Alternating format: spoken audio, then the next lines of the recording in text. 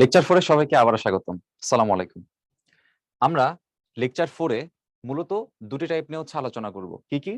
একটা হচ্ছে ক্ষমতা আর একটা হচ্ছে ভরকেন্দ্রের সরণ। তো তোমরা জানো যে বিভিন্ন বছরে মোটরের যে প্রবলেম গুলো থাকে, কুয়া খালি করার যে প্রবলেম গুলো থাকে, অথবা একটা ক্রেন দিয়ে কোনো একটা বস্তু সমবেগে তুলতে যে ক্ষমতার প্রশ্নগুলো থাকে, সেগুলো হচ্ছে ক্ষমতার টাইপের মধ্যে পড়বে। এবং ভরকেন্দ্রের সরণের মধ্যে ওই যে কুয়ার ম্যাথ গুলো আসলে হচ্ছে পড়ে, বা একটা ইট উল্লম্ব অবস্থা থেকে আনুভূমিক অবস্থায় চলে গেল, সেক্ষেত্রে কৃত কাজ কেমন, এই টাইপের প্রশ্ন।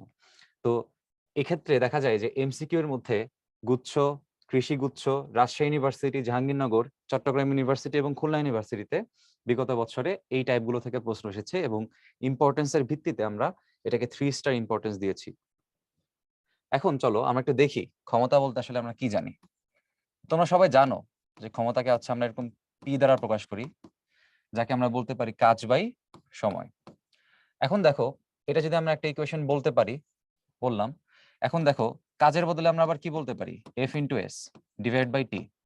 এখন যেহেতু এই এসটা হচ্ছে আমার সরণ আর টিটা হচ্ছে আমার সময়, তাহলে সরণ বাই সময়কে আমরা আবার কি বলতে পারি বলতো, বেগ বলতে পারি।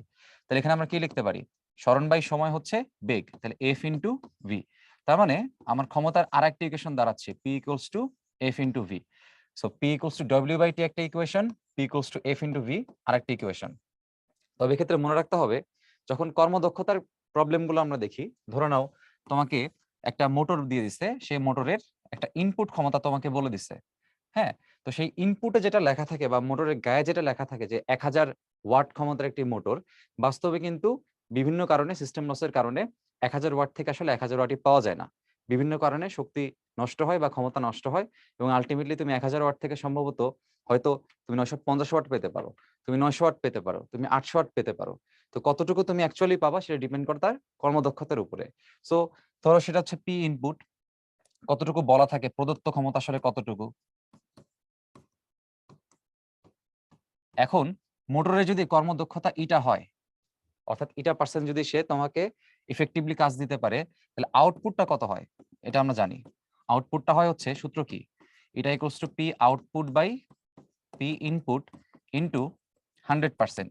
সো এইসব ক্ষেত্র থেকে তুমি পি আউটপুটটা কি করতে পারবা, বের করতে পারবা।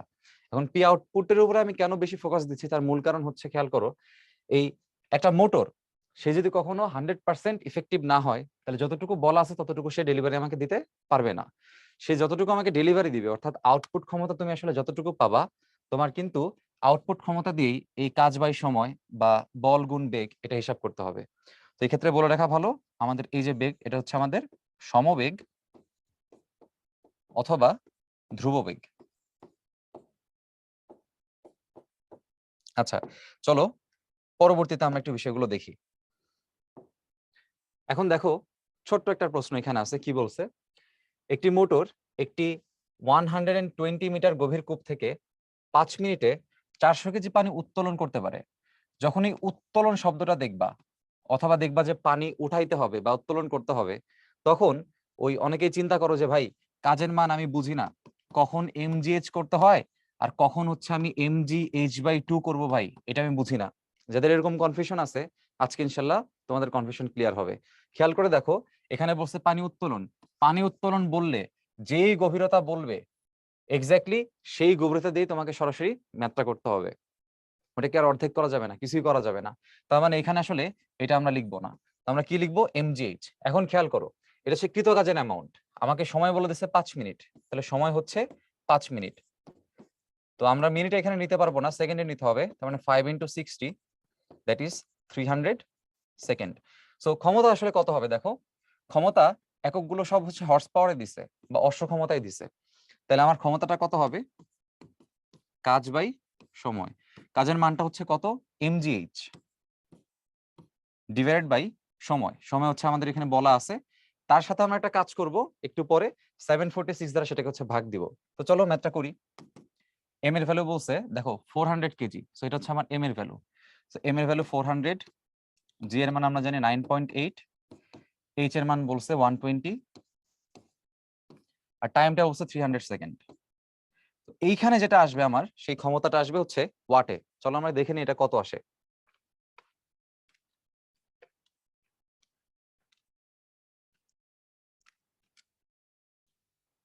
দেখো আমাদের এখানে ভ্যালু আসবে 1568 এত ওয়াট, কিন্তু আমাদের কিন্তু এখানে ওয়াটে চাই নাই, কি চাইছে দেখো হর্স পাওয়ারে চাইছে। তার মানে কি করতে হবে, এটাকে ফার্দার 746 দ্বারা কি করতে হবে, ভাগ দিতে হবে।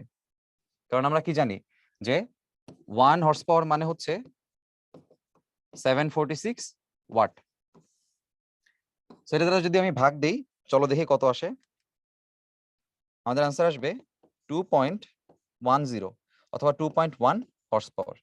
সো আমাদের আনসার এখানে ডি নাম্বারটা হচ্ছে কারেক্ট আনসার। চলো পরবর্তী প্রবলেমটা কিন্তু আমরা দেখি। এখানে বলছে একটি দালানের ছাদের সাথে লাগানো 10 মিটার লম্বা একটি মই ভূমির সাথে 30 ডিগ্রি কোণে আনত আছে।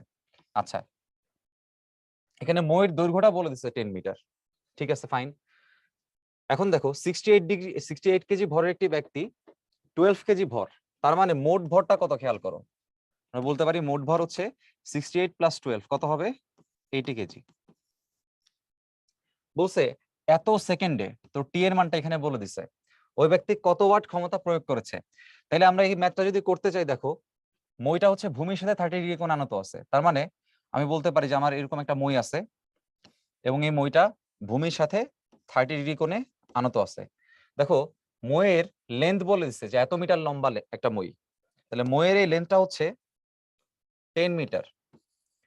তাহলে আমাদের এই কাজটা বের করতে কি করতে হয়, এমজিএইচ বের করতে হয়, এবং এমজিএইচ এর জন্য কোন উচ্চতা লাগে, এই এইচ এর মানটা লাগে।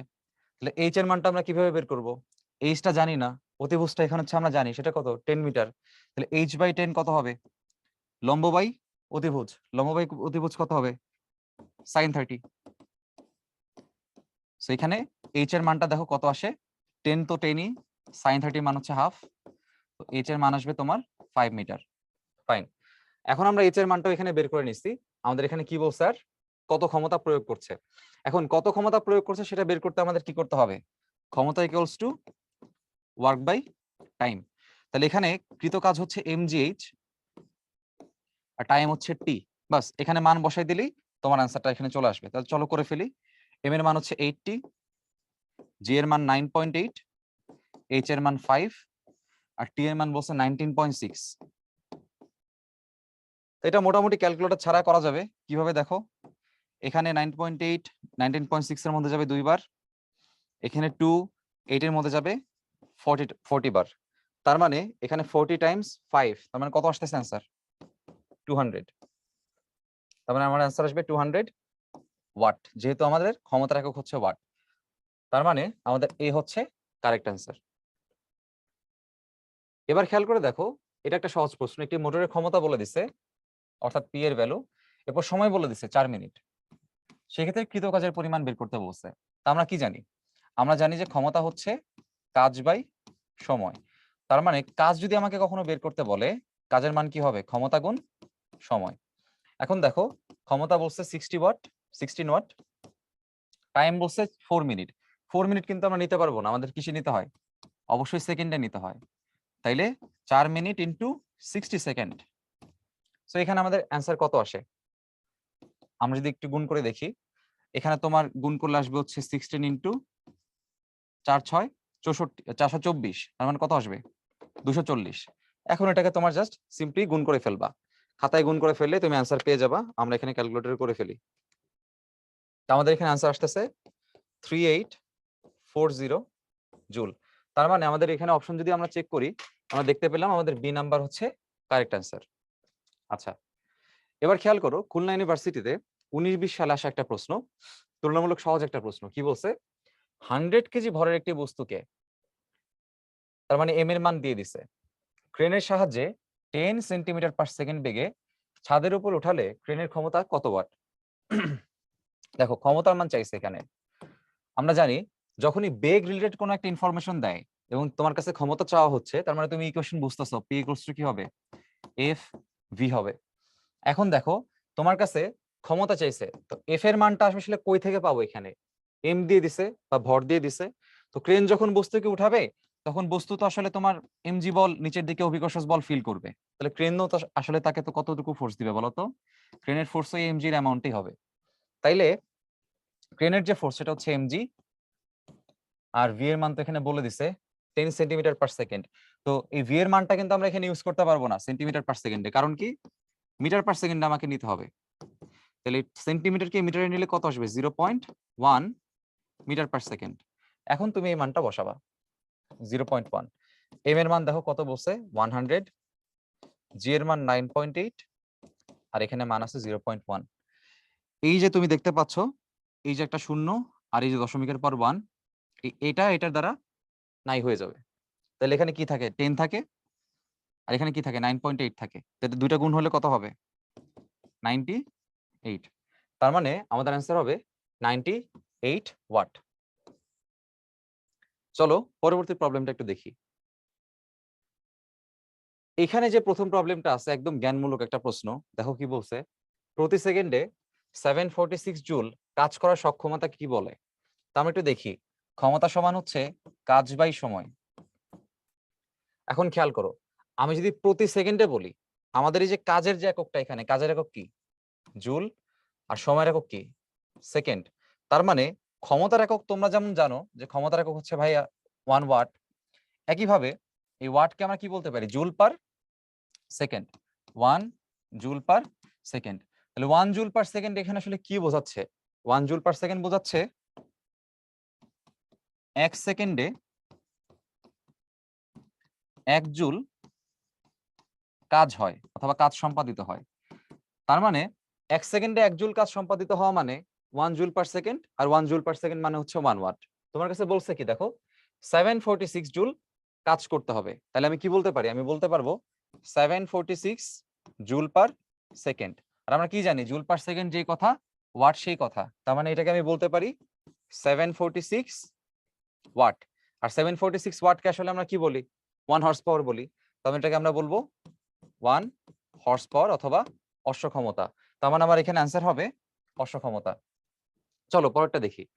পরেরটাও তুলনামূলক সহজ একটা প্রশ্ন। কি বলছে দেখো, একটি মোটর প্রতি মিনিটে তার মানে টাইমকে এখানে ইন্ডিকেট করে দিছে তারা। টাইম বলে দিছে 60 সেকেন্ড। আচ্ছা, আরেকটা বিষয় দেখো, 500 লিটার পানির ক্ষেত্রে আমরা নরমালি কি জানি? যদি কিছু এখানে বলা নাই ঘনত্ব রিলেটেড, তার মানে কি পানি 500 লিটার যেই কথা, 500 কেজি পানি কি একই কথা। কারণ পানির ঘনত্ব 4 ডিগ্রি সেলসিয়াস হচ্ছে 1000 কেজি পার মিটার কিউব। তার মানে তোমার ওই 1 কেজি এবং 1 লিটার আসলে সমান সমান। এখানে তো আদারওয়াইজ কিছু বলা নাই, তাহলে তুমি ধরতে পারো যে 1 লিটার সমান 1 কেজি। তো এম এর মান লিখে ফেললাম। বেগের মান দিয়ে দিছে, হ্যাঁ আমাদের ভি দিয়ে দিছে 6 মিটার পার সেকেন্ড। এখন দেখো কি চাইছে? মোটরের ক্ষমতা।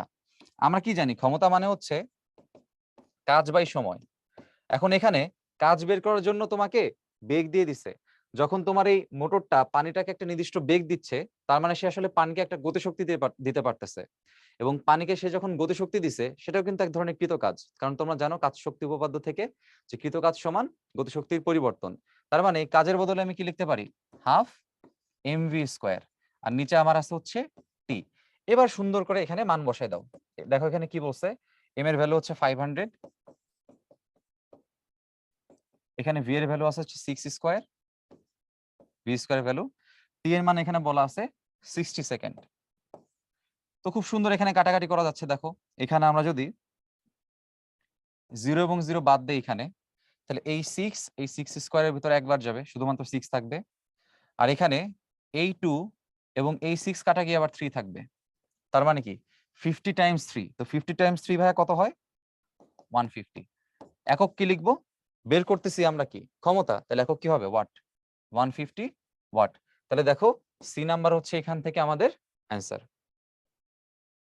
এবার খেয়াল করে দেখো, রাজশাহী ইউনিভার্সিটিতে 15-16 সালে আসা একটা প্রশ্ন, একদম সহজ বিষয়। প্রতি ঘন্টায় 5000 গ্যালন পানি 36 ফিট উপরে তুলতে সর্বনিম্ন কত অশ্ব ক্ষমতার ইঞ্জিন লাগবে? একটু ভালো করে খেয়াল করো, এখানে ম্যাথটা একদম ইজি। জাস্ট কোথায় একটু ঝামেলা সেটা হচ্ছে এই যে ইউনিট গুলো হয়তো তোমরা খুব একটা পরিচিত এখানে না। সো ইউনিট গুলো আমি এখানে লিখে দিচ্ছি, তোমাদের একটু মনে রাখতে হবে। তো 1 গ্যালন পানি আসলে কি সেটা তোমাদের আগে জানতে হবে। 1 গ্যালন পানিতে আসলে কতটুকু পানি থাকে? 3.79 কেজি পানি থাকে। এই বিষয়টা একটু তোমাদের মাথায় রাখতে হবে। তার মানে এই 5000 গ্যালন মানে তোমার এম এর মানটা কত বলা আছে? তোমার এম এর মান বলা আছে 5000 ইন্টু 3.79, এত কেজি। ফাইন। এখন খেয়াল করো, এখানে বলছে কত উপরে তুলতে হবে, 36 ফিট উপরে তুলতে হবে। তো 1 ফিট মানে হচ্ছে ভাইয়া 0.3048 মিটার। ওই যে আমরা মাঝে মধ্যে বলি যে 1 মিটারে আনুমানিক 3 ফিটের মতো হয়। তার মানে আসলে তোমার ওই 1 ফিট হবে হচ্ছে 1 মিটারের 3 ভাগের 1 ভাগের কাছাকাছি। তো দেখো যে 3 ভাগের 1 ভাগেরই কাছাকাছি, 0.33 এর কাছাকাছি আর কি। এভাবে মনে রাখতে পারো। তো 3048। এখন মান হবে 36 ফিট টাইমস হচ্ছে এত মিটার, 0.3048 এত মিটার।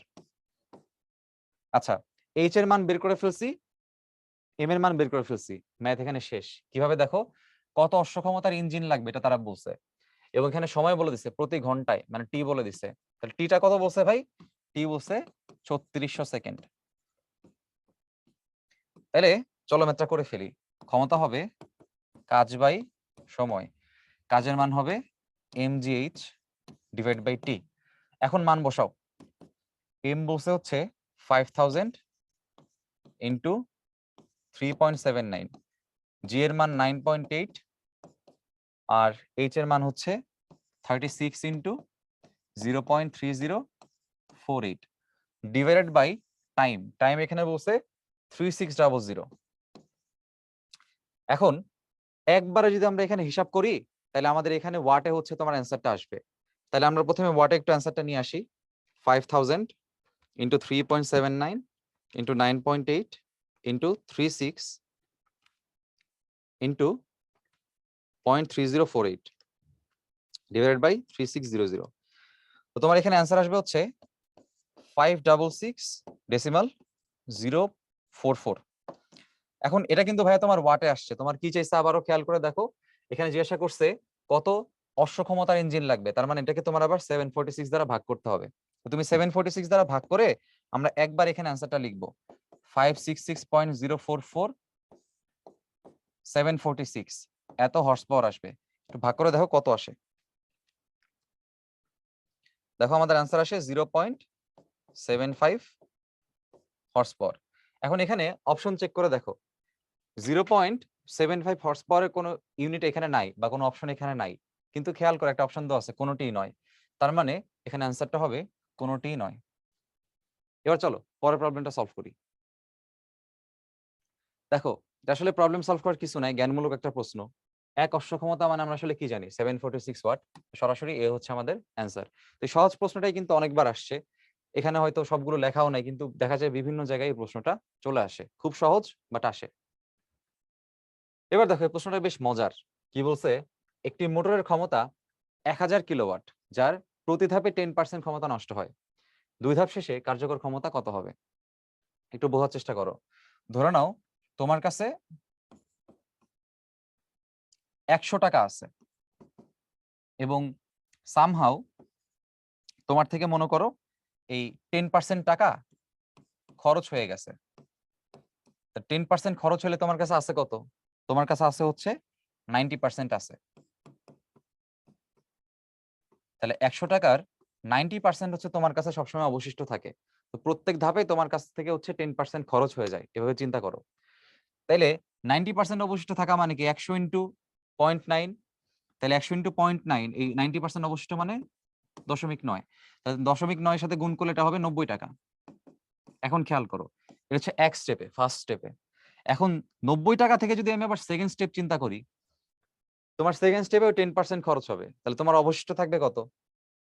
তাহলে আমরা এখানে লিখি যে তোমার হচ্ছে এখানেও 10% খরচ,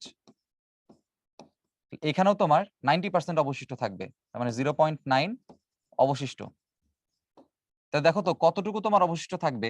তোমার এই 0.9 ইন্টু কি 90, তাহলে 90 ইন্টু 0.9, তোমার অ্যান্সার এখানে আসবে 81।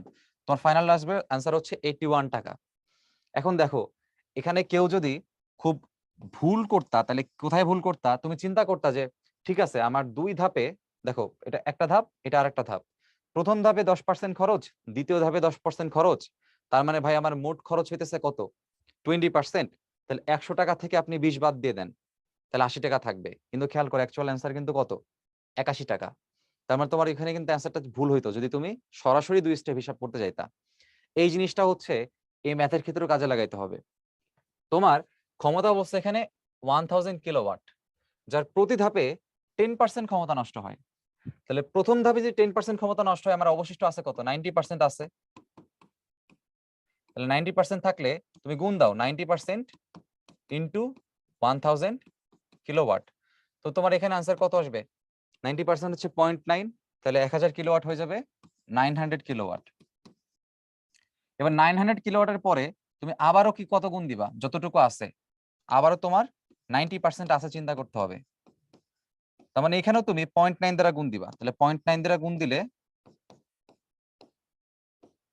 তোমার এখানে আনসার আসবে 810 কিলোওয়াট। তার মানে তোমার ফাইনাল যে আনসার, এই যে 2 ধাপ শেষে কার্যকর ক্ষমতা কত হবে, সেটা হচ্ছে 810 কিলোওয়াট। এখন এটাকে অল্প সময়ে কিভাবে করতে পারবা সেটা আবার একটু বোঝার চেষ্টা করো। দেখো, এই এত কিছু আমার হিসাব করা লাগতো না যদি আমি একটা শর্টকাট অ্যাপ্লাই করি। কি শর্টকাট? আমার যে নতুন কর্মদক্ষতা হবে, নতুন কর্মদক্ষতা হবে হচ্ছে যে যদি আমার একাধিক কর্মদক্ষতা দেওয়া থাকে, সেই কর্মদক্ষতাগুলো হচ্ছে গুণফল। তাহলে এখানে দুইটার জন্য দুইটা, যদি এখানে 3টা থাকতো বা 3 ধাপ থাকতো তাহলে আমি 3 বার গুণ করতাম।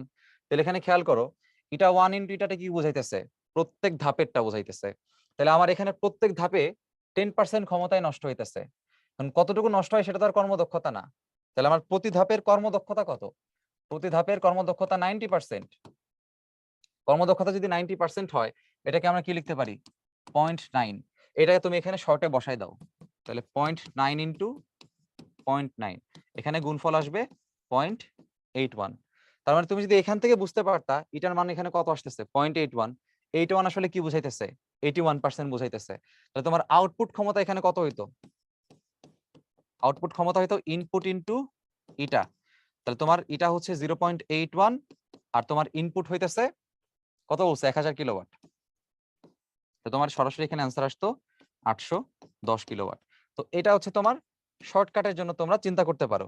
শুধুমাত্র শর্টকাট তা না, এটা আসলে তুমি এই সূত্রটা শর্টকাট প্লাস রিটেন দুই ক্ষেত্রে তুমি লিখতে পারবা, শুধুমাত্র শর্টকাট না। ঠিক আছে, তো আশা করি সবাই এই প্রবলেমটা বুঝতে পারছি। চলো নেক্সট প্রবলেম দেখি। আমাদের নতুন টাইপ হচ্ছে ভরকেন্দ্রের সরণ, এবং এই টাইপটা মোটামুটি বোঝার অনেক কিছু আছে। যেমন কুয়ার যে প্রবলেম গুলো থাকে, যেমন তোমরা দেখতে পাচ্ছ আমাদের সামনে এরকম দুইটা কুয়ার রিপ্রেজেন্টেটিভ দুইটা ভেসেল আমরা এখানে নিছি, যার মধ্যে পানি থাকবে এবং পানিকে আমরা কি করতে হবে? খালি করতে হবে। এখন দেখো, এই ম্যাথগুলো করার ক্ষেত্রে তোমাকে ঘর্ষণের কনসেপ্টটা ইউজ করতে হবে। মানে কৃতকাজের মান সবসময় তোমার কি হচ্ছে? কৃতকাজের মান তোমার হবে W = mgh। তবে দুইজনের দুইটা পরিচয় আছে। এখানে এইচ এর পরিচয় হইতেছে, এইচ হচ্ছে আসলে গড় সরণ, আর এম এর পরিচয় কি? এম এর পরিচয় হচ্ছে অপসারিত পানির ভর। অর্থাৎ কতটুকু পানি আসলে তুমি সেখান থেকে সরাতে পারছো সেটা অপসারিত পানির ভর। তো এখানে আমরা এম ইকুয়াল টু কি জানি? ভি রো জানি। এভাবে আমরা আস্তে আস্তে হচ্ছে মান বসায় ম্যাথটা করি। এখন খেয়াল করো, গড় সরণটা যদি আমি এখান থেকে শিখতে পারি কিভাবে বের করতে হয়, তাহলে এই ম্যাথে নতুন কিছু আসলে থাকে না। খেয়াল করে দেখো, ঘর্ষণ কিভাবে চিন্তা করব। ঘর্ষণের ইকুয়েশন হবে H = যদি খুব সহজে আমরা শিখতে চাই তাহলে এভাবে আমাদের দেখতে হবে যে H initial plus H final divided by 2। Initial plus final divide by 2। তবে মনে রাখতে হবে তোমার উচ্চতাটা বা গভীরতাটা সবসময় উপরিতল থেকে হিসাব করতে হবে। তার মানে আমি একটু লিখে রাখি এখানে, এই যে H ইনিশিয়াল আর H ফাইনাল, এই হিসাবটা করতে হবে উপরিতল থেকে।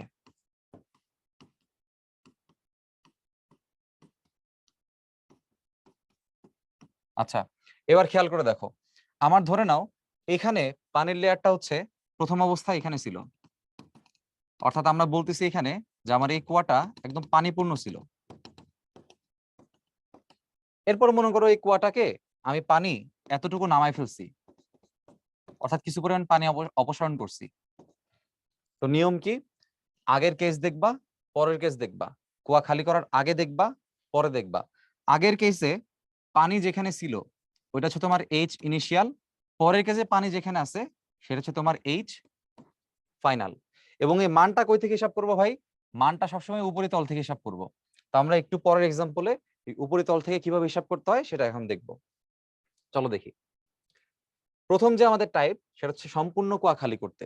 তাহলে সম্পূর্ণ কুয়া খালি করতে যদি আমরা দেখি, খেয়াল করো, এখানে মনে করো তোমার কুয়াটা একদম পানিপূর্ণ আছে।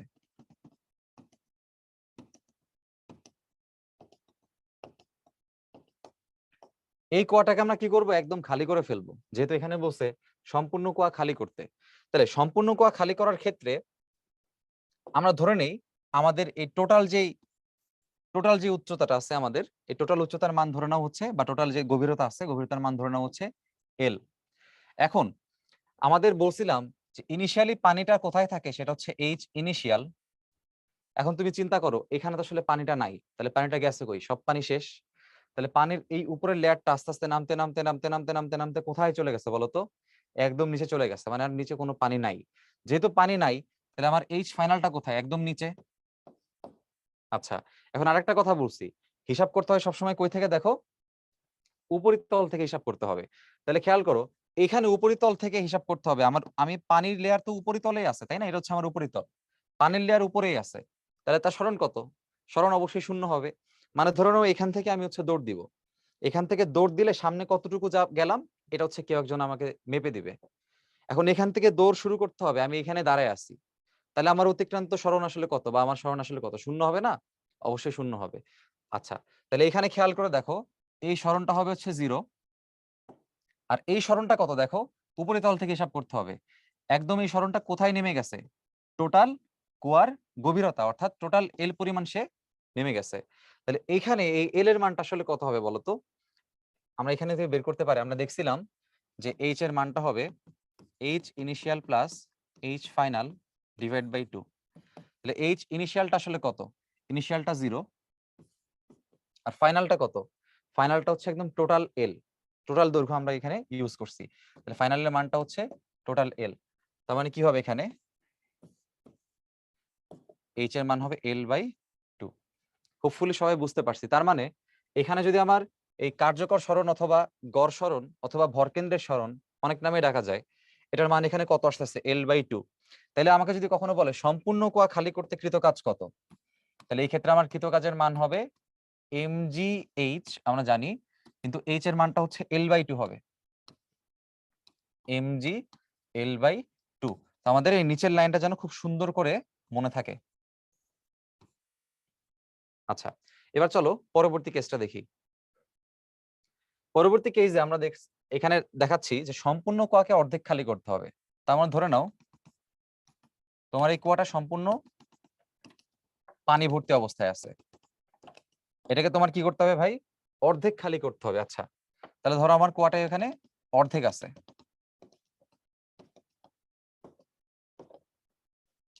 এখন সম্পূর্ণ কুয়াকে তুমি যখন অর্ধেক খালি করছো, তখন আমরা কি বলছিলাম, আমার এইচ ইনিশিয়াল হচ্ছে এইটা, আর এইচ ফাইনাল হচ্ছে এইটা।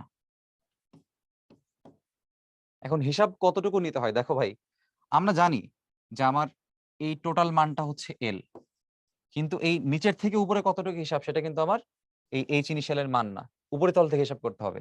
উপরিতল থেকে সেটা আসলে কোথায় আছে, উপরিতলে আছে, এজন্য সরণ 0। আর এখানে খেয়াল করো, উপরেও তোমার মানটা L/2, নিচেও তোমার মানটা L/2। কারণ কি, অর্ধেক অর্ধেক খালি, তাহলে আমি বলতে পারি যে অর্ধেক পূর্ণ আর অর্ধেক খালি আছে। কিন্তু কোনটাকে আসলে এইচ ফাইনালে ইউজ করতে হবে বলতো, উপরের অংশটাকে, উপরিতল থেকে হিসাব করতে হবে। সো এই L/2 হচ্ছে আমার আসলে এইচ ফাইনালের মান, L/2। তাহলে এখানে আমাকে বলো এই ঘর্ষণের যে মানটা, ঘর্ষণের যে মানটা এইচ এর মানটা, সেটা কিভাবে লিখতে পারি, H initial plus H final divide by 2। এখন দেখো এখানে যদি আমরা মান বসাই দেই, এইচ ইনিশিয়াল আছে হচ্ছে আমাদের 0, আর এইচ ফাইনাল আছে আমাদের হচ্ছে L/2 ডিভাইড বাই 2। তার মানে আমার এইচ এর মানটা আসবে L/4। তার মানে বুঝতেই পারতেছো এখানে ঘর্ষণের মান হবে L/4। তাহলে কৃতকাজ কত হবে, কৃতকাজ হবে mgh, যেখানে এই এইচ এর মানটা হবে L/2। তবে একটা বিষয় একটু মনে রাখো, খেয়াল করে দেখো, এখানে কিন্তু সম্পূর্ণ কুয়াকে আমি খালি করি নাই। তাহলে এই এমটা কিন্তু সম্পূর্ণ কুয়ার ভর না, বা সম্পূর্ণ কুয়ার পানির ভর না। এই এমটা হচ্ছে কতটুকু, অপসারিত পানির ভর। যেহেতু অপসারিত পানির ভর, তোমার টোটাল ছিল হচ্ছে এম, তোমার টোটাল পানি ছিল হচ্ছে এম, এখানে সেটা কত চেঞ্জ হয়ে গেছে, ধরে নাও টোটাল পানি ছিল হচ্ছে এম প্রাইম, এখন পরে চেঞ্জ হয়ে গেছে পানি হচ্ছে অর্ধেক, তাহলে কতটুকু পানি আমি অপসারণ করছি বলতো? এম প্রাইম বাই টু আছে আর এম প্রাইম বাই টু আমি খালি করছি, তাহলে আমি কতটুকু পানি অপসারণ করছি? M prime by two. তাহলে এই এম এর মানটা কিন্তু আসলে এম প্রাইম বাই টু হবে, মানে টোটাল পানির অর্ধেক। এটা হবে হচ্ছে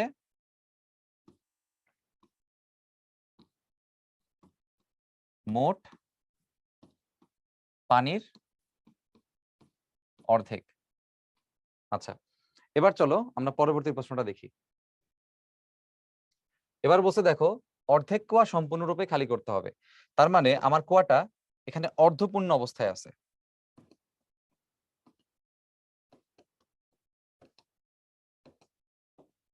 এটাকে একদম সম্পূর্ণ খালি করতে হবে। তাহলে নিয়ম কি? নিয়ম হচ্ছে দেখো, আমাদের এটার মানও এল বাই টু, এটার মানও এল বাই টু, কিন্তু আমরা কোন অংশের মানটা এইচ ইনিশিয়াল নেই? উপরের অংশটা। সো উপরের অংশ হবে আমার হচ্ছে এইচ ইনিশিয়াল, এই যে এই পর্যন্ত। আর নিচের ক্ষেত্রে আমার আসলে পানি নাই, তার মানে একদম নিচ পর্যন্ত চলে গেছি, তার মানে এইচ ফাইনালটা হবে টোটাল যে গভীরতা সেটা। তাহলে এখানে গড় সরণ কত হবে? গড় সরণ হবে H initial plus H final divide by two. এখানে মান বসাও, এখানে থাকতেছে আমার এল বাই টু, আর ওই পাশে আমার আসতে হচ্ছে এল ডিভাইড বাই টু। সেখানে তোমার থাকবে থ্রাইজ এল বাই ফোর, তার মানে তোমার এইচ এর মান আসতেছে থ্রাইজ এল বাই ফোর। তাহলে কৃতকাজের মান ভাইয়া কত হবে? কৃতকাজের মান হবে এম জি এইচ, যেখানে এইচ এর মানটা হবে থ্রাইজ এল বাই ফোর। তবে একটা বিষয় এখানেও বলে রাখি, সেটা হচ্ছে দেখো, তোমার এখানে কিন্তু তুমি সম্পূর্ণ পানিকে সরাও নাই, বরং তুমি অর্ধেক পানিকে কি করছো? সরাই ফেলছো। তাহলে তোমার এই যে এম এর যে মানটা, এখানে এই এমটা কি হবে? এই অর্ধেক পানির ভর আসলে কতটুকু ছিল, তাহলে এই এমটা হচ্ছে এই অর্ধেক পানির ভর। এই বিষয়টা যেন সবার মাথায় থাকে। যদি আমাকে বলতো যে না, সম্পূর্ণ কুয়া হচ্ছে 100 কেজি, কিন্তু আমার পানি আছে হচ্ছে 50 কেজি, এখন 50 কেজি পানিকে সরাইতে তাহলে কতটুকু কাজ করতে হবে? ভর তখন 50 কেজি নিতে হবে। বাট তুমি যদি 100 সাপেক্ষে করো, এম এর মান কিন্তু 100 হবে না, তখন অর্ধেক করে ম্যাথটা করতে হবে। এখন দেখো, ইটের ক্ষেত্রে এখানে একটা থিওরি বলা আছে। কি থিওরি? আমরা যদি চিন্তা করি যে একটা ইট হচ্ছে আমার এরকম শোয়ানো অবস্থায় আছে, তাহলে এই ইটটা মনে করো, ধরে নাও বিষয়টা এমন, আমাদের কাছে এরকম একটা ইট ধরো আছে শোয়ানো অবস্থায়। তখন ইট যখন এরকম শোয়ানো অবস্থায় থাকে, তখন তার ভর কেন্দ্র আমরা কিভাবে হিসাব করব? কি করবা? এরকম মাঝ বরাবর দাগ দিয়ে দিবা সহজে চিন্তা করার জন্য। তো এই মাঝ বরাবর তার কি থাকবে? ভর কেন্দ্র থাকবে। তা আমরা তো নর্মালি আসলে সিমেট্রিক বিষয় নিয়ে বেশি কাজ করি। তো সিমেট্রিক বিষয় নিয়ে বেশি কাজ করার কারণে, যে ধরো আমার যদি এরকম ক্যালকুলেটর থাকে আমার কাছে, তাহলে ক্যালকুলেটরের ভর কেন্দ্রটা আসলে কোথায় আছে? আনুমানিক ক্যালকুলেটরের ভর কেন্দ্র যদি সুষম বস্তু হয় 100%, এটা আসলে 100% সুষম না, সেক্ষেত্রে তার ভর কেন্দ্র কোথায় হবে? এই যে মাঝ বরাবর যে বিন্দু, এটার মাঝ বরাবর, অর্থাৎ এই যে এই বিন্দুর আর এটার মাঝ বরাবর। তাইলে ভর কেন্দ্রের সরণ হিসাব করার জন্য তোমাকে আগে ইনিশিয়াল আর পরের ভর কেন্দ্রটাকে খুঁজে বের করতে হবে। তাহলে প্রথমে যখন এটা শোয়ানো অবস্থায় থাকে, তখন ভর কেন্দ্র আমার আছে হচ্ছে এখানে। হ্যাঁ, তখন আমার ভর কেন্দ্র আছে হচ্ছে এখানে। কিন্তু খেয়াল করো, এটা যখন এরকম দাঁড় করানো হবে, যখন ভূমিতে দাঁড় করানো হবে, তখন তার ভর কেন্দ্র কি একদম মাঝ বরাবর আছে না এই পয়েন্টে? হ্যাঁ আছে। এখন দেখো, ভূমি থেকে এই যে উচ্চতাটা, এই উচ্চতা ভূমি থেকে আসলে কত? আমার টোটাল প্রস্থ যদি এক্স হয়, তাহলে এই উচ্চতাটা আমার কত হচ্ছে? X by two. আর দেখো, যখন পরের অবস্থা আছে, পরের অবস্থা আসলে কি? সেটা হচ্ছে ভূমি থেকে টোটাল যদি ডি হয়, তাহলে এতটুকু কত? D by two. তার মানে আমার ভরকেন্দ্র আগে ছিল এক্স বাই টু তে, পরে চলে গেছে ডি বাই টু তে, তাহলে ভরকেন্দ্র কতটুকু উপরের দিকে উঠে গেছে বলতো? এক্স বাই টু থেকে ডি বাই টু পর্যন্ত উঠে গেছে। তার মানে কতটুকু উঠে গেল? আমার ভরকেন্দ্রের সরণ তাহলে হবে D by two minus X by two. যেহেতু আমার ডি বাই টু হচ্ছে বড় আর এক্স বাই টু হচ্ছে ছোট, তার মানে আমার আসলে সরণ কতটুকু হয়েছে বলতো? এখান থেকে এতটুকু, এই যেটাকে আমরা এইচ দ্বারা এখানে প্রকাশ করতেছি। সো এই এইচ এর মানটা কত আসলো? D by two minus X by two. হ্যাঁ, বিষয়টা উল্টাও হতে পারতো। তোমার যদি দাঁড়ানো অবস্থা থেকে একটা ইটকে আমি এরকম শোয়াই ফেলি, সেক্ষেত্রে কিন্তু আমার এই ভরকেন্দ্র সরণের মানটা একই হবে, অর্থাৎ D by two minus X by two হবে। চলো পরবর্তীতে একটা ম্যাথের ক্ষেত্রে আমরা বিষয়টা দেখি। তো আমরা একটা শর্টকাট এখানে একটু দেখার চেষ্টা করব যে n সংখ্যক ইটকে একটির উপর আরেকটি রেখে স্তম্ভ তৈরি করতে কেমন কাজ করা লাগে। তো এটা শর্টকাটও একটা দেখাবো, শর্টকাট কিভাবে আসে সেটাও তোমাদের আমি একটু দেখাবো। খেয়াল করো, মনে করো তোমার ভূমিতে অসংখ্য ইট রাখা আছে, তো আমরা তো অসংখ্য নিয়ে হিসাব করতে পারবো না, আমি তোমাদের 4টা নিয়ে একটু দেখাই। ধরো এখানে 4টা ইট এভাবে রাখা আছে। এখন বলছে দেখো n সংখ্যক ইটকে একটির উপর আরেকটি রেখে স্তম্ভ তৈরি করতে হবে। তাহলে এখানে ইট আছে 4টা। কিছুক্ষণ পর আমি একটা ইটের উপরে আর একটা ইট রেখে এরকম 4টা ইট দিয়ে একটা স্তম্ভ তৈরি করলাম। হ্যাঁ, এখন 4টা ইট দিয়ে যখন স্তম্ভ তৈরি করছি, এই ক্ষেত্রে খেয়াল করো ভাই, প্রত্যেকের ভরকেন্দ্র আগে এখানে আছে, এই যে এখানে প্রত্যেকের ভরকেন্দ্র আমাদের এখানে আছে।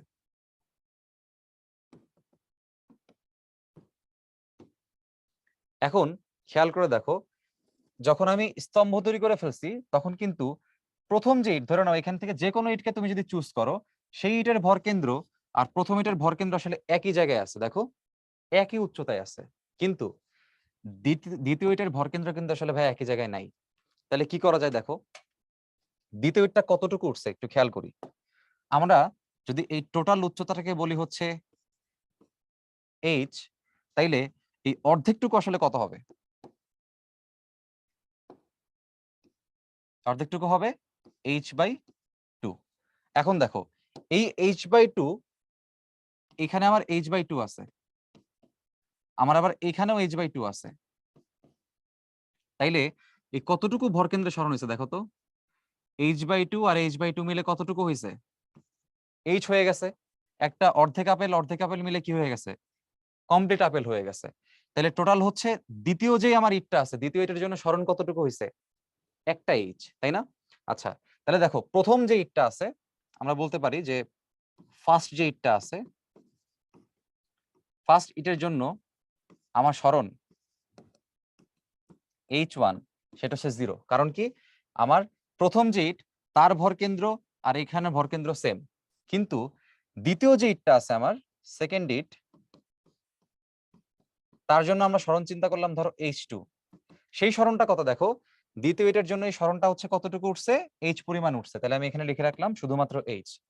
এখন তৃতীয় ইটের জন্য আসো, থার্ড ইট। থার্ড ইটের জন্য যদি সরণ h3 বলি, তাহলে একটু খেয়াল করে দেখো, আমার থার্ড ইট আছে এখানে। এখন এখানে আরেকটা h/2, এখানে আরেকটা h/2, তো দুইটা h/2 মিলে আমার কতটুকু হবে? আরেকটা h হবে। তার মানে আমার এখান থেকে এখানে একটা h ছিল, এখানে আরেকটা h আছে। তাহলে মোট কতটুকু উঠলো এটা? প্রথমে যদি h উঠে, এটা 2h উঠছে। তার মানে থার্ড ইটের সরণ আমার হচ্ছে কত? 2h। এখন আশা করি সবাই একটা ট্রেন্ড ধরে ফেলছো। কিভাবে ট্রেন্ডটা দেখো, আমার প্রথম যে ইট সেটা যদি 0, সেকেন্ড ইটের সরণ হচ্ছে একটা h, সেকেন্ড ইটের সরণ একটা h, থার্ড ইটের সরণ দুইটা h, মানে কি একটা নাম্বার কম। তাহলে বলো তো ফোর্থ ইটের জন্য সরণটা কত হবে? থার্ড ইটের জন্য কত আছে? 2h। 2h আসলে কিভাবে লেখা যায়? 3 - 1। তাহলে ফোর্থ ইটের জন্য সরণ কত হবে? 4 - 1, মানে 3h। তার মানে এইভাবে করে আমি প্রত্যেকের জন্য হিসাব করতে পারবো। তাহলে কাজের মান কিভাবে হিসাব করব দেখো, আমার মোট কাজ হবে w1 plus w2 plus w3 plus, যদি আমার n সংখ্যক থাকে তাহলে plus dot dot dot dot n তম ইট। এখন ভাইয়া প্রথম ইটের জন্য যে mgর পর h লিখতে হবে, তো প্রথম ইটের সরণ হচ্ছে 0। এবার দ্বিতীয় ইটের জন্য সরণ দেখো h, তৃতীয় ইটের জন্য সরণ দেখো 2h। তাহলে এভাবে বলো তো, প্রথম ইট যদি 0 হয়, দ্বিতীয় ইট যদি 1 হয়, তৃতীয় ইট যদি 2 হয়, তাহলে n তম ইট গিয়ে কত হবে? n - 1h হবে, একটা কম। তাহলে এখান থেকে আমরা দেখো mgh কে কমন নিতে পারি। কমন নিলে এটা কি হবে? 0 plus 1 plus 2 plus dot dot dot n - 1। এখন এই যে অংশটা আমরা এখানে পাইছি, এটাকে আমরা সরাসরি সূত্রে ফেলবো। কি সূত্র? দেখো ভাইয়া, আমার যদি 1 plus 2 plus 3 plus dot dot dot dot n পর্যন্ত আসতাম, তাহলে n তম স্বাভাবিক সংখ্যার যোগফলের সূত্র তোমরা পড়ছো, which is n into n plus 1 divided by কি 2। কিন্তু খেয়াল করো আমার কিন্তু এখানে শুরু হয়েছে কত থেকে, 0 থেকে, আর শেষ হয়েছে n-1 এ গিয়ে, মানে 1 করে কম আছে। প্রথমে 1 কম আছে, 1 থেকে শুরু হয় নাই, 0 থেকে শুরু হয়েছে, শেষেও 1 কম আছে, n এ শেষ হয় নাই, n-1 এ শেষ হয়েছে। তাহলে কি করা যায় দেখো, আমরা এই 1 কে জোর করে কি করব, 0 করতেছি, 2 কে জোর করে 1 করতেছি, 3 কে জোর করে 2 করতেছি, তাহলে জোর করে এই n-টা কি হয়ে যাবে, n-1 হবে। তাহলে ফর্মুলাতে গিয়েও এই n-টা কি হয়ে যাবে, একটা কম হবে, অর্থাৎ n হয়ে যাবে n-1, আর n+1টা 1 কমে, এই 1 কমে সে কি হয়ে যাবে, শুধুমাত্র n হবে। তার মানে সূত্র হবে n × n-1 ডিভাইড বাই 2। তার মানে এই যে টোটাল যে অংশটা আছে, টোটাল অংশের বদলে আমরা কি লিখতে পারি ভাইয়া, mgh n × n-1 divide by 2। আর এই যে n × n-1 ডিভাইড বাই 2, এটাকে শর্টে nc2 লেখা যায়।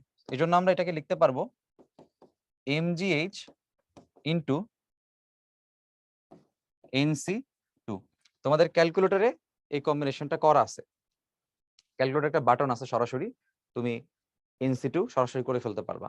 আচ্ছা, তাহলে এখানে n-টা কি বুঝায়, n বুঝায় কয়টা ইট। যেমন এখানে আমি 4টা ইট দিয়ে যদি করতাম তাহলে n এর মান হতো 4, n এর মান এখানে 100ও হইতে পারে যদি 100 ইট নিয়ে কাজ করি, ঠিক আছে।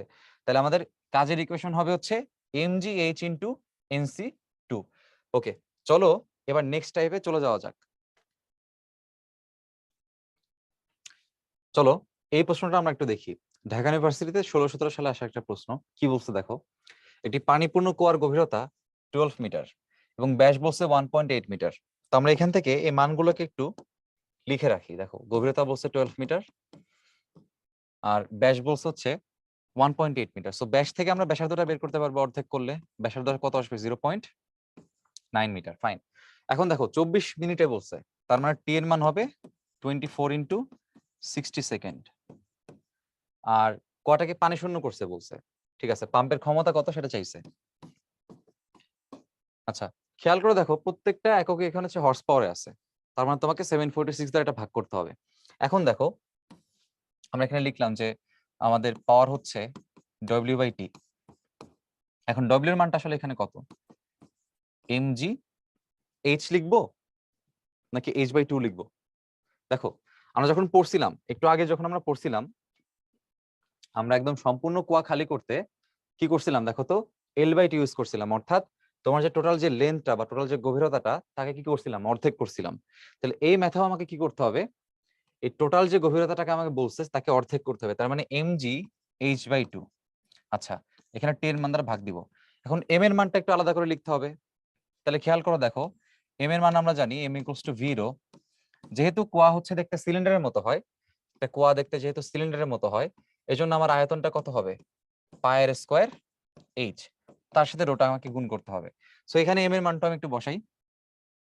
m এর মানটা হবে πr² h ρ। এটা হচ্ছে আমার m এর মান গেল, তার সাথে কি করতে হবে, g টাকে গুণ করতে হবে, তার সাথে h/2 ডিভাইড বাই t। এখন ছোট্ট করে এখানে সুন্দর করে মানগুলো বসাই ফেলো। এখন মান বসানোর ক্ষেত্রে আমরা হচ্ছে একটা কাজ করব। আমরা কি চাই এখানে, এককটা দেখো হর্স পাওয়ারে চাইছে না, তাহলে হর্স পাওয়ারে চাইলে আগে থেকে যদি আমি 746 দ্বারা এখানে গুণ করে রাখি, আগে থেকে 746 দ্বারা গুণ করে রাখলে তোমার এখানে একক সরাসরি কোনটা আসবে, হর্স পাওয়ার আসবে। তো আমরা এখানে একবারে করে ফেলবো। এখন সরাসরি এখানে মান বসাও। দেখো মান কত, আমরা একটু সাইডে ভ্যালুটা ইনপুট দিই। পাই আর এর মান বলছে 0.9 স্কয়ার, এইচ এর মান বলছে হচ্ছে 12, রো এর মান হচ্ছে 1000, জি এর মান 9.8, এইচ এর মান 12/2,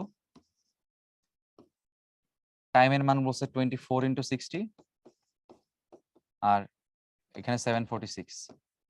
এখানে মোটামুটি কিছু ক্যালকুলেশন হাতে কলমে করে ফেলা যায়। দেখো কিভাবে করা যায়।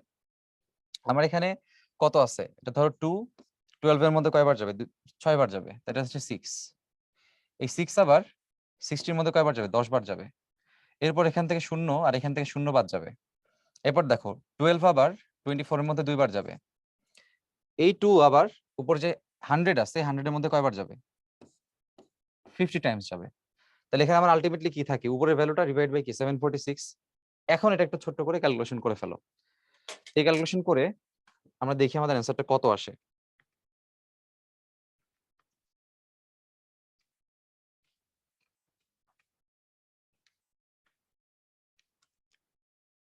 ওকে, দেখো আমাদের অ্যান্সার কিন্তু আমরা পেয়ে গেছি। আমাদের অ্যান্সার হবে 1.67 হর্স পাওয়ার।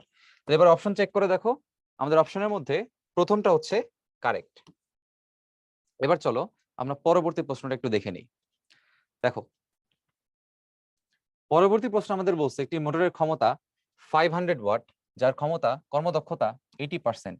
তার মানে আমাকে কি দিয়ে দিছে দেখো, মোটরের ক্ষমতা ইনপুটটা বলে দিছে 500 ওয়াট আর কর্মদক্ষতা বলে দিছে 80%। তো পার্সেন্ট করা মানে আসলে 1/100 দ্বারা গুণ করা অথবা 100 দ্বারা ভাগ করা। তার মানে এখানে ভ্যালু আসবে কত, 0.8। এখন দেখো বলছে মোটর দ্বারা 100 কেজি পানি ভর্তি কুয়ার 1/3 খালি করতে কত সময় লাগবে। তা আমরা একটা টেকনিক এখানে শিখছিলাম, মনে আছে কিনা, কিভাবে হিসাব করতে হয়। দেখো তোমার কুয়াটা আছে কোথায়, পানি ভর্তি আছে, এই কুয়াটাকে আমরা কি করছি, 1/3 খালি করছি। 1/3 যদি খালি করা হয়, প্রথমে কিন্তু তোমার এই মোটরটা কি ছিল বা তোমার এই কুয়াটা কি ছিল, পানি ভর্তি ছিল। 1/3 খালি করলে তোমার পানি আছে কতটুকু, 2/3 আছে। তার মানে আমরা যদি এরকম 3 ভাগে ভাগ করি, আমার এই প্রথম ভাগটা হচ্ছে খালি খালি হয়েছে, মানে L/3 অংশ খালি হয়েছে, কিন্তু নিচের যে অংশটুকু আছে এই অংশে পানি আছে। চিত্রটাকে আমরা এইভাবে আঁকতে পারি। এবার দেখো ভাই, আমাদের প্রথম যেটা আছে এখানে যে সরণটা, সেই সরণটা তোমরা আশা করি জানো, 0। কিন্তু আমার এইখানে যে দুইটা সরণ আছে, একটা আছে L/3 একটা আছে 2L/3, কোনটা হবে বলো তো। আমরা পড়ছিলাম উপরিতলেরটা সবসময় নিতে হয়। তাহলে উপরিতল থেকে হিসাবটা কোনটা, L/3। এটা হচ্ছে আমার H ফাইনাল। তাহলে H এর মানটা কত আসবে ভাই, H এর মানটা আসবে H initial plus H final divide by 2। তাহলে ইনিশিয়ালের মান আছে 0, ফাইনালের মান আছে L/3 ডিভাইড বাই 2, ফাইনালের মান আসবে L/6। আচ্ছা, এখন দেখো মোটরে পানি ছিল হচ্ছে 100 কেজি আর তুমি করে ফেলছো 1/3 খালি। তাহলে অপসারিত পানির ভরটা কত বলতো, তুমি কতটুকু পানি অপসারণ করছো। অপসারিত পানির ভর এম হবে, দেখো তুমি কিন্তু 100 কেজি পানি সরাই ফেলো নাই, তুমি 100 কেজি পানির 1/3 সরাইছো, 1/3 খালি করছো। তার মানে 100 কেজির 1/3 তুমি খালি করছো, তাহলে কত আসবে, 33.33 কেজি। এই জিনিসটা করতে জানো, কারো ভুল না হয়। আচ্ছা, করতে কত সময় লাগবে, সময় চাইছে, ফাইন, ইজি ম্যাথ। তাহলে চলো আমরা ম্যাথটা করে ফেলি।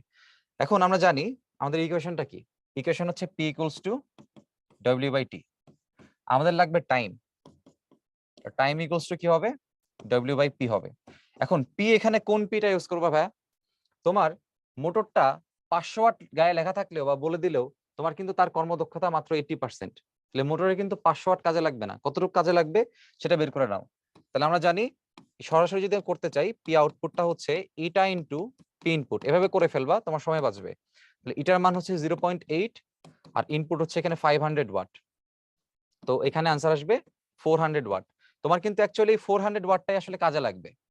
তোমার এই 400 ওয়াটটাই এই মোটরের কাজের আসলে কার্যকর ক্ষমতা। তার মানে এখানে কার্যকর ক্ষমতাটাই তুমি হচ্ছে বসাবা 400 ওয়াট। তাহলে এখানে ভ্যালুগুলো একটু বসাই। ডব্লিউ এর মান হবে হচ্ছে কত, এম জি, খেয়াল করে এখানে L/6 কার্যকর যে সরণ সেটা হচ্ছে বা গড় সরণ হচ্ছে L/6, এম জি L/6 আর পাওয়ারের মান বলে দিছে 400। এখানে ভ্যালুগুলো বসাও। এম এর মান বলছে দেখো কত, এম হচ্ছে আমরা এখানে বের করছি 33.33, জি এর মান 9.8, এল হচ্ছে টোটালটা। তো টোটালটা কতটুকু বলছে, সে এল এর মান আসলে কত। তো আমাদের এই প্রশ্নে ছোট্ট করে কুয়ার গভীরতা আসলে আমাদের জেনে নিতে হবে। সো প্রশ্নে কুয়ার গভীরতা আমরা ধরে নিব 10 মিটার। আমরা ধরে নিব কুয়ার গভীরতা 10 মিটার। তাহলে কুয়ার গভীরতা 10 মিটার মানে এই এল এর মানটাই হচ্ছে আমার আসলে 10। তো এখানে আমি বসাবো 10/6। এখানে আসলে ধরে নেই আমরা, এই ভ্যালুটা আমাদের প্রশ্নে আগে থেকে দেওয়া ছিল, তো এটা মিসিং ছিল ভ্যালুটা। তো প্রশ্নের ভ্যালুটা আমি আবার দিয়ে দিলাম এখানে। তাহলে 33.33 ইন্টু 9.8 ইন্টু 10/6 ডিভাইড বাই টাইমটা এখানে বসাইতে হবে, সেটা কত, 400। এখন দেখো ক্যালকুলেশন করলে কত আসে, 33.33 into 9.8 into 10 divide by 6 into 400। এখানে আমাদের ভ্যালু আসতেছে 1.36 এত সেকেন্ড। তার মানে এই মোটর দ্বারা এই অংশ খালি করতে মাত্র 1.36 সেকেন্ড সময় লাগবে। তাহলে আমি আবার একটু রিপিট করি, কাজ বাই পাওয়ার হচ্ছে আমার আসলে সময়, কাজটা হবে হচ্ছে mgh, যেখানে h হচ্ছে ভরকেন্দ্রের সরণ এবং h এর মান আসছে এখানে কত, L/6। এখানে L/6 বসাইছি, আর ক্ষমতাটা আমরা বের করে নিচ্ছি কতটুকু ইফেক্টিভ ক্ষমতা, অর্থাৎ 400 ওয়াট হচ্ছে ইফেক্টিভ ক্ষমতা, সেটাতে আমরা এখানে ভাগ করছি। এবং এখানে মোটরের কুয়ার যে গভীরতা সেটা বলা আছে 10 মিটার। সো তখন আমি এল এর মানটা এখানে সরাসরি ইনপুট করে দিছি। আলটিমেটলি আমাদের অ্যান্সার আসতেছে 1.36 সেকেন্ড। পরবর্তী প্রশ্ন দেখো, একটা ইটের প্রশ্ন। কি বলছে, একটা ইটের দৈর্ঘ্য, প্রস্থ এবং উচ্চতা বলা আছে। তো ধরো ইটটা হচ্ছে এমন,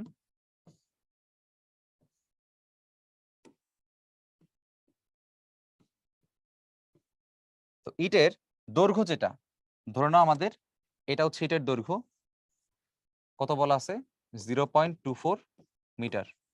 এরপর দেখি এটার প্রস্থ বলা আছে, এটার প্রস্থ হচ্ছে এটা, এটার প্রস্থ বলা আছে 0.12 মিটার, আর উচ্চতা বলা আছে এটা 0.06 মিটার। আর ইটের ভরটা বলা আছে, ভর বলা আছে 2 কেজি। এখন দেখো ইটের দৈর্ঘ্যকে আনুভূমিক অবস্থান থেকে উল্লম্ব অবস্থানে রাখতে কৃতকাজের পরিমাণটা আসলে কত। আমরা এরকম একটা ম্যাথ আগেও দেখছিলাম, এখন আবার করে দিব ভেঙে। দেখো এখানে আমার ভরকেন্দ্র প্রথমে কোথায় ছিল, এই মাঝ বরাবর ছিল। তাহলে ভরকেন্দ্রের টোটাল মানটা আসলে কত, এই 0.06 এর কি অর্ধেক। তাহলে এখানে আমি মানটাকে কত বলতে পারি, এই মানটাকে বলতে পারি 0.06 ডিভাইড বাই 2। তাহলে এখানে অ্যান্সারটা কত আসবে, 0.03 মিটার। সেম ভাবে এই ইটটাকে যখন আমি উল্লম্ব তলে রাখবো, এটাকে উল্লম্ব তলে রাখলে সেটা ঠিক এমন দেখাবে। সেক্ষেত্রে তার ভরকেন্দ্র কোথায় আছে বলতো, তার ভরকেন্দ্র আছে এই মাঝ বরাবর। তার মানে দেখো এই ভরকেন্দ্রটা আসলে টোটাল যে দৈর্ঘ্যটা আছে, এই দৈর্ঘ্যের অর্ধেক আছে। তো আমার টোটাল দৈর্ঘ্যটা কত ভাই, আমাদের টোটাল দৈর্ঘ্য বলা আছে 0.24 মিটার। তাহলে টোটাল দৈর্ঘ্যের অর্ধেকটা আসলে এখানে কত হবে, এই অর্ধেক পর্যন্ত আমার আসলে কত যাওয়া লাগছে বলতো, অর্ধেক পর্যন্ত আমার 0.24 এর অর্ধেক, অর্থাৎ 0.12 মিটার। এখন দেখো এখানে আমার কৃতকাজের মান তাহলে আসলে কত হবে, কৃতকাজ হবে W = mgh। এইচ এর মান তো বুঝবা কিভাবে করতে হবে, এই বড় যে ভরকেন্দ্রটার উচ্চতা আছে মাইনাস হচ্ছে ছোট যে ভরকেন্দ্র আছে তার উচ্চতা, অর্থাৎ এইচ এর মানটা হবে 0.12 মাইনাস 0.03। জি এর মান তো তোমরা জানোই 9.8, তার সাথে গুণ দিতে হবে ভর, ভর বলছে এখানে 2 কেজি। এখন ক্যালকুলেশন করো, 2 × 9.8 হবে 19.6, আর এখানে থাকবে হচ্ছে 0.09। আমি একটু দেখি ভ্যালুটা কত আসে।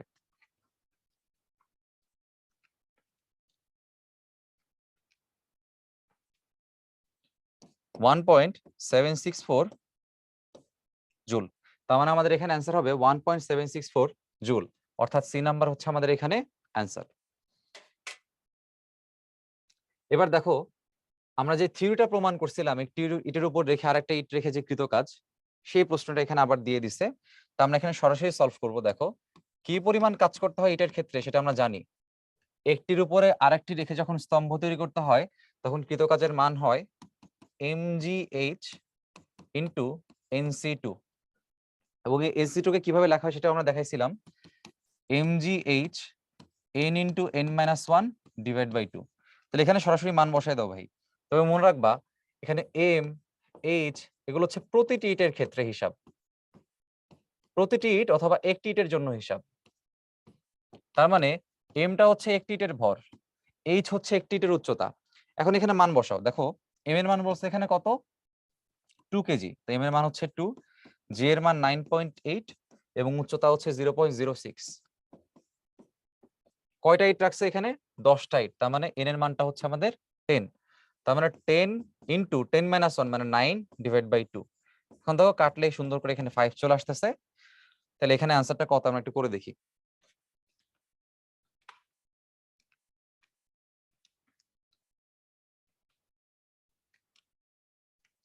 আমাদের এখানে আনসার আসবে 52.92 এত জুল।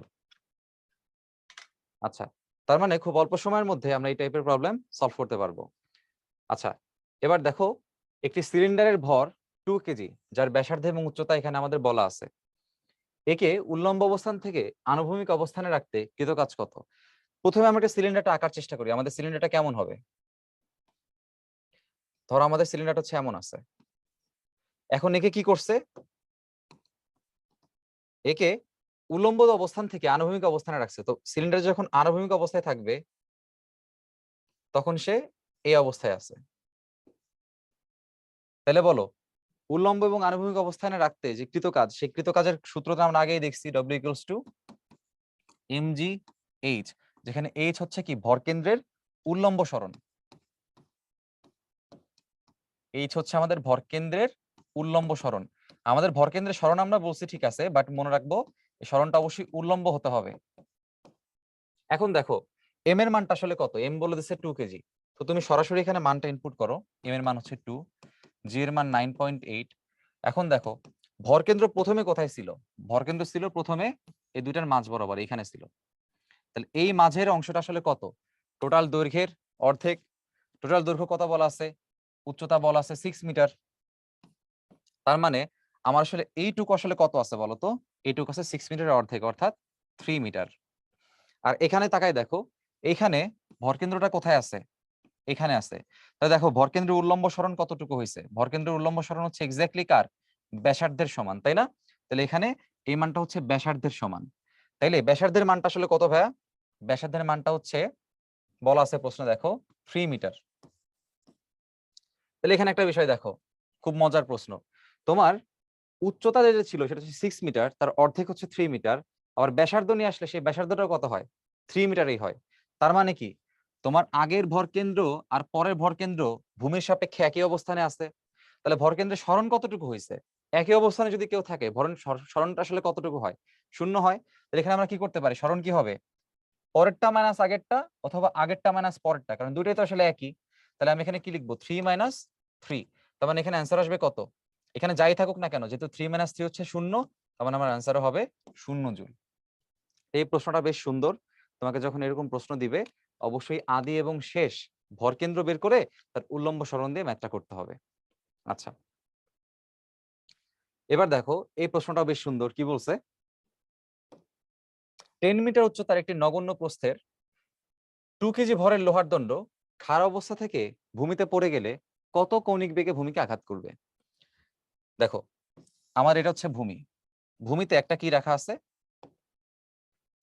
এটা নগণ্য প্রস্থের দণ্ড রাখা আছে। তো ধরে নাও এটা হচ্ছে আমার সেই দণ্ডটা। এখন এই প্রশ্নটা তারা নগণ্য বলছে আর কি। এখন যখন এই দণ্ডটা আস্তে করে পড়ে যাবে, তখন পড়ে যাওয়ার মুহূর্তে ভূমিকে কত কৌণিক বেগ আঘাত করবে? দেখো বলছে কত কৌণিক বেগ আঘাত করবে। তার মানে এখানে কি চাওয়া হয়েছে ভাই? ওমেগা চাওয়া হয়েছে। এখন চিন্তা করো, প্রথমে যে বস্তুটা আছে, প্রথমে বস্তুর মধ্যে কি জমা আছে বলতো? বিভব শক্তি জমা আছে। কিভাবে? কারণ বস্তুর ভরকেন্দ্র কি একদম এই মাঝ বরাবর আছে না? তাহলে বস্তুর ভরকেন্দ্র এখান থেকে যখন সে পড়ে গেছে নিচে, যখন বস্তুটা নিচের দিকে পড়ে গেছে, তখন তো বস্তুটা এখানে আছে, এভাবে আছে। তখন ভরকেন্দ্রটা কোথায় আছে বলতো? এখানে।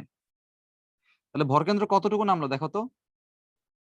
ভরকেন্দ্র কতটুকু নামছে দেখো তো? ভরকেন্দ্র নামছে এই এতটুকু, এখান থেকে জাস্ট এতটুকু নেমে গেছে।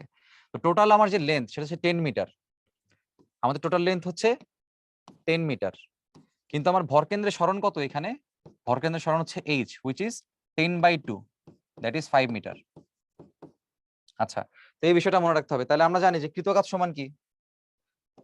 আমরা জানি কৃত কাজ সমান বিভব শক্তির পরিবর্তন অথবা বিভব শক্তি। তাহলে এখানে কি লিখতে পারি?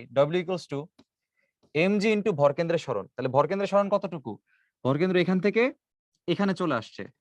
কেউ কিন্তু এটা ভাইবো না যে ভাইয়া ভরকেন্দ্র তো আপনার এখান থেকে এখানে চলে আসছে। এটাও সরণ ফাইন, কিন্তু এই সরণ নেওয়া যাবে না। কারণ কি সরণ নেওয়া লাগবে বলতো? উল্লম্ব সরণ নিতে হবে, উপর থেকে নিচে কতটুকু শিফট হয়েছে। তাইলে আমার এই সরণটা আসলে অ্যাকসেপ্টেড না। এখন দেখো এখানে কি করা যায়? mg ইন্টু ভরকেন্দ্রের সরণ, সরণটা হচ্ছে এখানে 5 আছে। আবার এই যে কৃত কাজটা আবার গতিশক্তির পরিবর্তন। কিন্তু এখানে গতিশক্তি কোনটা আছে দেখো তো? একটা বস্তু এখান থেকে জাস্ট এখানে পড়ে গেছে, তার তোর মধ্যে রৈখিক কোনো গতি নাই, তার মধ্যে গতিটা কি? কৌণিক গতি। তাহলে কৌণিক গতি শক্তির পরিবর্তন আসলে কত? Half I omega square equals two mg into 5। এখন দেখো মজার বিষয়টা কোথায়? এখানে দণ্ডটা হচ্ছে আমার কেমন একটা সুষম দণ্ডের মতো, এবং তোমার সুষম দণ্ডের জড়তার ভ্রামক পড়ে এসেছো। কি পড়ছিলা বলতো? যখন দণ্ডের প্রান্ত বরাবর একটা অক্ষ থাকে, প্রান্ত বরাবর অক্ষ থাকলে জড়তার ভ্রামকের মান হয় 1/3 ml স্কোয়ার। এটা তোমরা পড়ে আসছো। এটাও দেখো ভাই ওইরকমই আছে। এই দণ্ড যেটা আছে, দণ্ডটার যখন ঘুরতেছে তখন তার অক্ষটা কোথায় আছে? অক্ষটা দণ্ডের প্রান্তে আছে। তো যখন প্রান্তের অক্ষের সাপেক্ষে দণ্ডটা ঘুরতেছে তখন জড়তার ভ্রামকের মানটা কত হবে? 1/3 ml স্কোয়ার হবে। তাহলে এখানে এই মানটা হচ্ছে আমরা এখানে ইনপুট করব। আই এর মান হবে 1/3 ml square into omega square, এখানে আছে mg ইন্টু 5। এখন দেখো দুই পাশ থেকে আমরা হচ্ছে এখান থেকে m এবং m কে বাদ দিতে পারি। আচ্ছা, এল এর মানটা এখানে আমরা বসাই দিতে পারি। আমাদের লাগবে হচ্ছে ওমেগার মানটা। তাইলে এখানে আমরা কি লিখতে পারি? 1/6, এল এর মান বলা আছে 10, so 10 square into omega square equals to G এর মান বলা আছে 9.8, 5 তো 5ই। তাহলে এখানে ক্যালকুলেশন করলে দেখো কত আসে। ওমেগার ভ্যালুটা আসবে এখানে হবে 49, এখানে 6 গুণ হবে, আর নিচে এখানে 100টা ভাগ হবে। ভাগ হওয়ার পরে এটা হচ্ছে রুট হবে। তাহলে দেখি রুট করে কত আসে।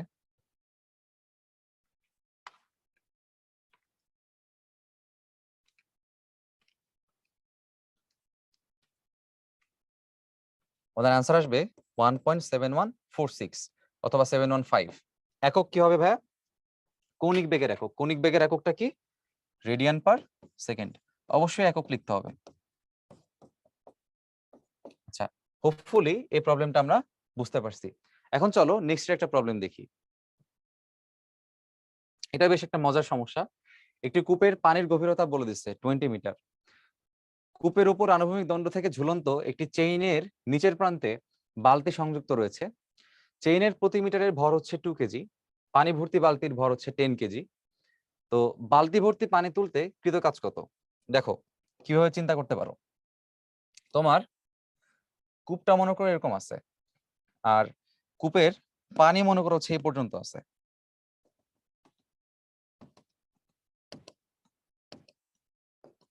আচ্ছা, এখন কূপের পানির যে গভীরতা সেটা হচ্ছে 20 মিটার। তো গভীরতা তো সবসময় তোমার কি পৃষ্ঠতল থেকে হিসাব করা হয়। তার মানে তোমার এই ভ্যালুটা বলছে হচ্ছে গভীরতা বলতেছে 20 মিটার। এখন দেখো তুমি যে পানিটা তুলবা কিভাবে তুলতেছো ওরা বলে দিছে কূপের উপর আনুভূমিক দণ্ড থেকে ঝুলন্ত চেইন। তার মানে আমার হয়তো এইখানে আমার এই যে উপরে আনুভূমিক বরাবর একটা কিছু চেইন আছে, একটা দণ্ড আছে, ওই দণ্ড থেকে একটা চেইন ঝুলতেছে, ওই দণ্ড থেকে এরকম একটা চেইন ঝুলতেছে। ধরো এটা হচ্ছে আমার সেই চেইন। এবার চেইনের প্রান্তে কি আছে? চেইনের প্রান্তে একটা বালতি সংযুক্ত আছে। ধরো এটা হচ্ছে আমার সেই বালতি। এখন পানি ভর্তি বালতির ভরটা তারা বলে দিছে। এখন বলছে বালতির পানি তুলতে কতটুকু কাজ হবে।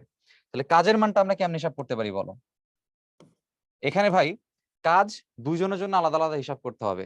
নর্মালি যখন সুতায় কিছু বেঁধে আমরা তুলি, সুতার জন্য তখন কাজ আমরা হিসাব করি না, কারণ ওইসব ক্ষেত্রে সুতার ভর সবসময় দেখবা নগণ্য থাকে। কিন্তু এখানে একটা চেইন, তুমি কমন সেন্স খাটাও, একটা চেইন কি কখনো নগণ্য ভর হইতে পারে? না, কারণ একটা চেইন তো আসলে শিকল, লোহার তৈরি শিকল, তাই না? সেটা নগণ্য ভর থাকে না। তার একটা ভর আছে। এই জন্য এখানে হিসাব দুইজনের জন্য করতে হবে। একটা হচ্ছে চেইনের জন্য হিসাব করতে হবে, আর হচ্ছে বালতি অর্থাৎ বাকেটের জন্য হিসাব করতে হবে। তাহলে চেইনের জন্য যখন তুমি হিসাব করবা তখন কি লিখবা? চেইনের ভর জি ইন্টু চেইনের ভর কেন্দ্রের সরণ প্লাস বালতির ভর জি ইন্টু বালতির যেই সরণ। তাইলে চেইনের যে ভর সেটা তুমি একটু দেখো কত বলছে এখানে। ওরা বলছে চেইনের প্রতি মিটারে 2 কেজি বলছে। এখন চেইন কতটুকু লাগবে বলতো? ভূমি থেকে তোমার পানি যতটুকু গভীর, চেইন ততটুকু গভীরে লাগবে। তাহলে চেইনের দৈর্ঘ্যটা কত বলতো? চেইনের দৈর্ঘ্য হবে আমাদের 20 মিটার, গভীরতার সমান। তাহলে চেইনের ভর কত? ওরা বলছে প্রতি মিটারে ভর 2 কেজি। তাহলে 20 মিটার দৈর্ঘ্যের চেইনের ভর কত হবে? 20 ইন্টু 2 কেজি। জি এর মান তোমরা জানো 9.8। আর চেইনের ভর কেন্দ্র কতটুকু উঠছে, এটা একটা ফান পার্ট। কিভাবে? চেইনের ভর কেন্দ্র ভাইয়া এইখানে মাঝ বরাবর আছে, টোটাল ঝুলন্ত চেনের ভরকেন্দ্র আছে এই মাঝ বরাবর। তাহলে চেনের ভরকেন্দ্র কতটুকু উঠবে? চেনের ভরকেন্দ্র উঠবে এতটুকু। তাহলে দেখো তো চেনের ভরকেন্দ্রের সরণ কি এই 20 মিটার হবে নাকি 10 মিটার হবে? অ্যান্সার হচ্ছে কি 10 মিটার হবে, কারণ কি টোটালটার অর্ধেক। তাহলে চেইনের ভরকেন্দ্রের সরণ হবে 20/2 অর্থাৎ 10 মিটার। আচ্ছা, তাহলে চেইনের ভরকেন্দ্র এখান থেকে উপরের দিকে উঠে গেছে, আমরা মান লিখলাম 10। এবার বালতির যে ভর দেখো বলছে পানি ভর্তি বালতির ভর 10 কেজি, তাহলে বালতির ভর বলছে 10।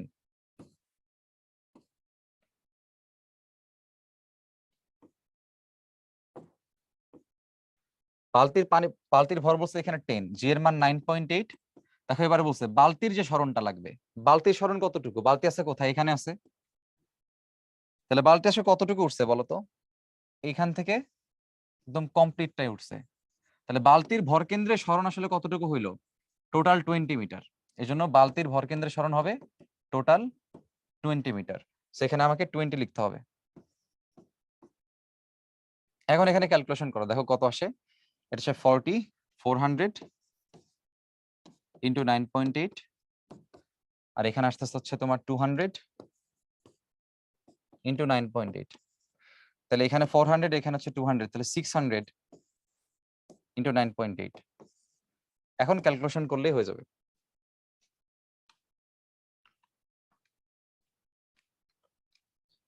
তো আমাদের এখানে অ্যান্সার আসবে 5880 জুল। তাহলে ম্যাথটা খুব সুন্দর। আমি আবার একটু তোমাদের বলি, দেখো এখানে দুই ক্ষেত্রে কৃত কাজ হয়েছে। একটা হচ্ছে চেইনকেও তুলতে কৃত কাজ হয়েছে। চেন তুলতে কৃত কাজের সময় চেনের ভরকেন্দ্রের সরণ দেখতে হবে। চেনের ভরকেন্দ্র মাঝ বরাবর থাকে, তার মানে টোটাল 20 সে ওঠে নাই, কতটুকু উঠছে? অর্ধেক, 10 মিটার উঠছে। আর বালতি একদম নিচে ছিল, সো বালতি টোটাল পথ উঠছে, এই জন্য টোটাল গভীরতা এইচ 20 হচ্ছে তার সরণ। এরপরে বালতির জন্য একটা, চেইনের জন্য একটা, দুটা কাজকে যোগ করে তোমাকে অ্যান্সার করতে হবে। আচ্ছা, এর মধ্য দিয়ে আমাদের কাজ ক্ষমতা শক্তির যেই 4টি লেকচার ছিল মাস্টার ক্লাসে, 4টি শেষ হলো। আমরা আশাবাদী যে তোমরা যদি লেকচার 1 থেকে শুরু করে লেকচার 4 পর্যন্ত এই ক্লাসগুলো খুব ঠান্ডা মাথায় দেখো এবং সুন্দর করে নোট করে ফেলো, তাহলে ইনশাল্লাহ ভর্তি পরীক্ষায় যে কোনো প্রশ্ন তুমি আনসার করার সময় কনফিডেন্ট ফিল করবে, এবং বাসায় তুমি যখন সলভ করবা বা উদ্ভাসে তুমি যখন পরীক্ষা দিবা তখনও তোমার প্র্যাকটিসটা খুব ভালো হবে। তোমাদের জন্য শুভকামনা। দেখাবো অন্য কোনো সময়ে। আসসালামু আলাইকুম।